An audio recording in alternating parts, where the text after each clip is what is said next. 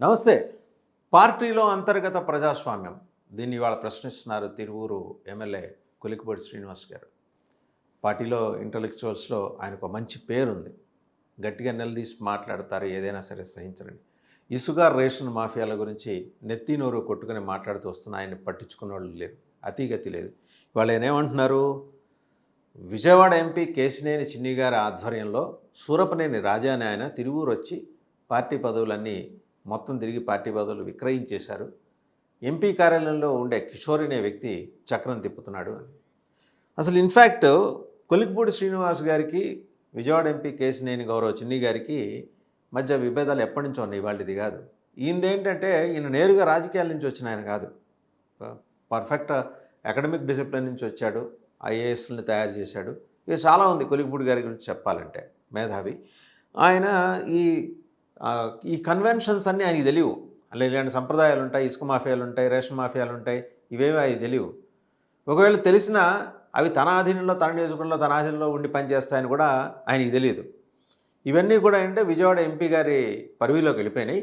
ఆయన వచ్చి డిసైడ్ చేస్తున్నాడు. ఆయన ఏమన్నాడు నిన్నటికి నిన్న మాట్లాడుతూ కొల్లిపూడి శ్రీనివాస్ గారు, ఇదివరకు పార్టీలో సంస్థాగతంగా పదవులు ఏమన్నా ఎంపిక కానీ లేకపోతే ఎన్నిక కానీ అంటే పరిశీలనలు వచ్చి చేసేవాళ్ళు. ఇప్పుడు ఏకంగా సూరపనేని రాజా చేస్తున్నాడు, కిషోర్ చేసేస్తున్నాడు, అంతా ఎంపీ గారి డైరెక్షన్లో అని.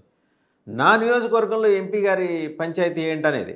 ఇప్పుడు ఆయన ఏంటంటే ఇసుక మాఫియాలు కానీ, రేషన్ మాఫియా కానీ ఏదైనా చేసుకోండి, చేసుకున్నప్పుడు కనీసం లోకల్గా ఉన్న వాళ్ళని సంప్రదించకుండా చేసుకోవడం ఏంటి అనే భావన ఆయనకు ఉందని కొందరు అంటున్నారు.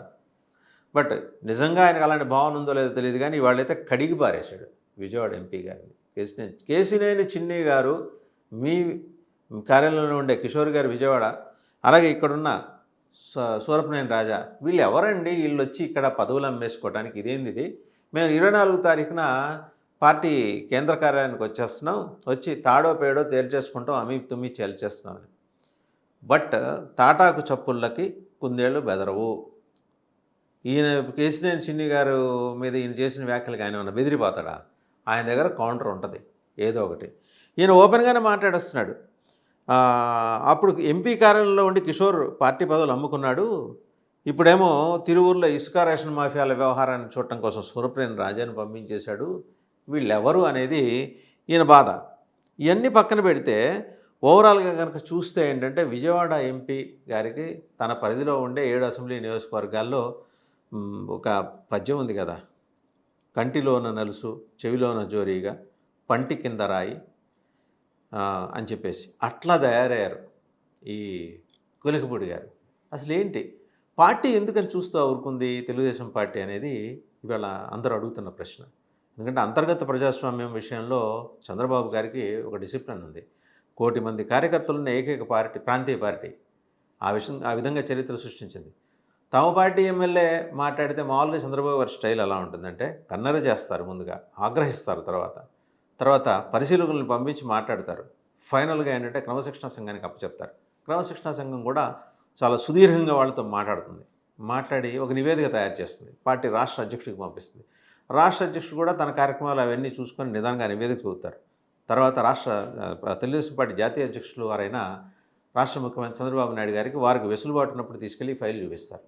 అయ్యా ఇదండి ఇలా క్రమశిక్షణ జిల్లా ఉన్నది. అప్పుడు మళ్ళీ జాతీయ అధ్యక్షుడు మళ్ళీ కన్నెర చేస్తారు, మళ్ళీ ఆగ్రహిస్తారు. ఇదొక సైకిల్ అనమాట. చూసేవాళ్ళకి ఏంటంటే ఓహో ఏదో జరిగిపోతుంది అక్కడ, క్రమశిక్షణ తీసుకుని ఏమీ జరగదు. ఎందుకంటే ఇలా మాట్లాడేవాళ్ళు చాలామంది ఉన్నారు. మొన్నటికి మనం చూసాం దగ్గుబాటి ప్రసాద్ అనవసరంగా నోరు పారేసుకున్నారని చెప్పేసి ఆయన మీద వచ్చింది, ఏది ఒక సినిమా రిలీజ్ అప్పుడు. సో అదొకటి. సరే ఏదో పిలిచి మాట్లాడారు. జూనియర్ ఎన్టీఆర్ విషయంలో ఆయన చేసిన వ్యాఖ్యలకు సంబంధించి పిలిచి మాట్లాడారు. అది సద్దుమణిగింది అనుకుంటే.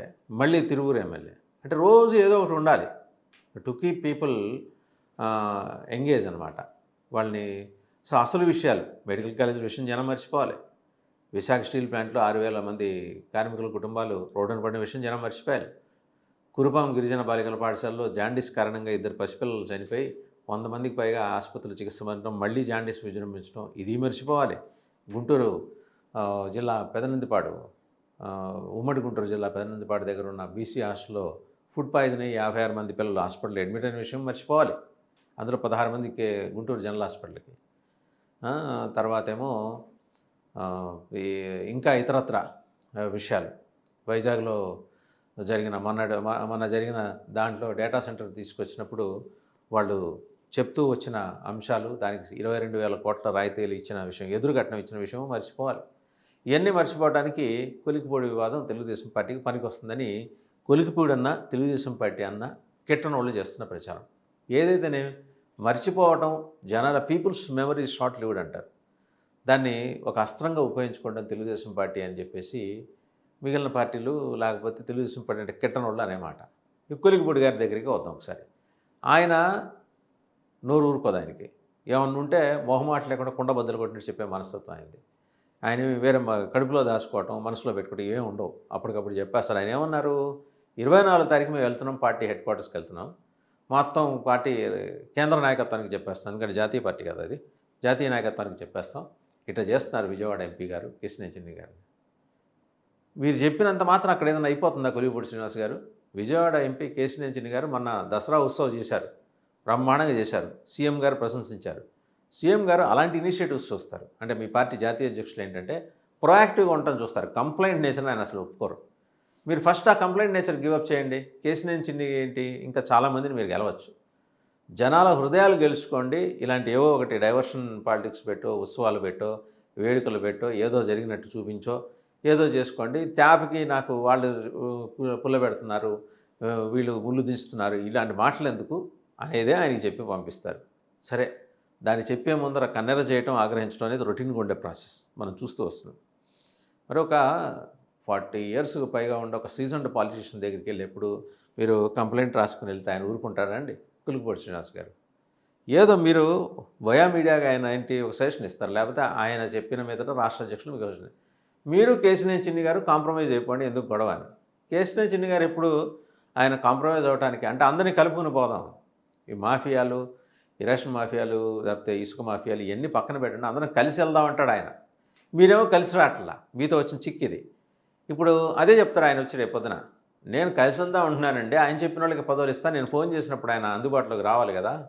పోనీ ఆయన వచ్చి నా దగ్గర వచ్చి కూర్చొని మీ దగ్గర రావటం ఏంది, నేను విజయవాడ ఎంపీని, నా కింద 7 నియోజకవర్గాలు ఉన్నాయి, అందులో ఒక నియోజకవర్గం, ఆయన నాతో వచ్చి కూర్చొని మాట్లాడితే ఏదో చేస్తాను, తేపకి ఆయన దాంట్లో నేను ఇన్వాల్వ్, నేను ఆయన కంప్లైంట్ చేయటం ఏంటి, మీరు నన్ను పిలవటం ఏంటి అంటాడు ఆయన. ఇప్పుడు సూరపనేని రాజా, కిషోర్ అంటే మరి ఎవరో ఒకళ్ళు తిరిగేవాళ్ళు కాబట్టి వాళ్ళని పెట్టానండి అంటారు. మరి ఈయన దగ్గర ఎవరు కొలికిపూడి గారి దగ్గర మరి సమాధానం ఉందా? లేదు. మరి ఏం చేస్తారు? గమ్మున ఉండాల్సిందే. సో ఇదండి తెలుగుదేశం పార్టీలో, రాజధాని ప్రాంత తెలుగుదేశం పార్టీలో జరుగుతుంది. అందులో బ్లూ ఐడ్ బాయ్ కేశినేని చిన్ని గారంటే లోకేష్ గారికి మక్కువ, చంద్రబాబు గారికి కూడా ఇష్టడు. ఇలాంటి వాళ్ళ మీద మీరు వెళ్ళి కంప్లైంట్ చేస్తే ఎందుకు తీసుకుంటారు సార్ కొలికిపూడి గారు? కాస్త ఆలోచించండి. నిదానంగా ఆలోచిస్తే అన్ని విషయాలు మీకే బోధపడతాయి.